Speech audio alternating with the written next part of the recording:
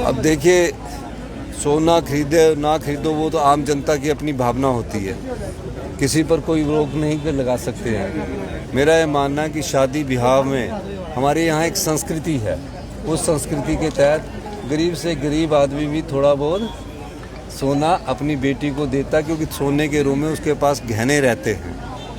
चाहे हमारे माताजी की शादी हुई थी, हमारी शादी हुई थी, सबकी होती थी।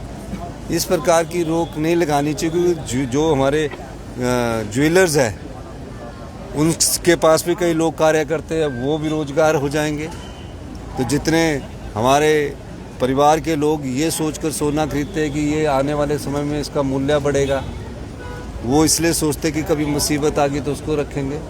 तो ये इस प्रकार का बयानबाजी जो मोदी जी ने कहा है उसका वो जाने किस संदर्भ में कहा है, लेकिन हम तो ये कहते हैं कि जो आज़ाद भारत में जो चीज़ जो खरीदना चाहता है उसको कौन रोक सकता है। हम मराठी में जो बोलते हैं कहावत, इसका ट्रांसलेट करके बोलूंगी कि लोगों को आप उपदेश दे दो, लोका सांगे ब्रह्म ज्ञान, लेकिन हम खुद कुछ नहीं करेंगे।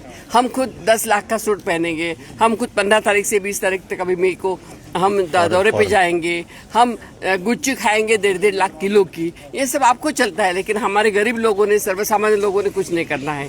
हमें सिर्फ उपदेश है। और वैसे भी सोना खरीदने का कोई सवाल ही नहीं आता, क्योंकि अगर सोना खरीदना भी चाहेंगे तो 1.5 लाख रुपए तोला सोने का भाव है, कौन खरीदने वाले हैं। नीट के पेपर के बारे में हम बार बार संसद में भी सवाल उठा चुके हैं, और हमारे नेता राहुल गांधी बार बार उसके बारे में बोल रहे हैं। हमारे लाखों विद्यार्थियों का भवितव्य जिसके ऊपर अवलंबित है, उनके एग्जाम में अगर इस तरह से गैर व्यवहार होते हैं तो बहुत ही चिंतनीय बात है।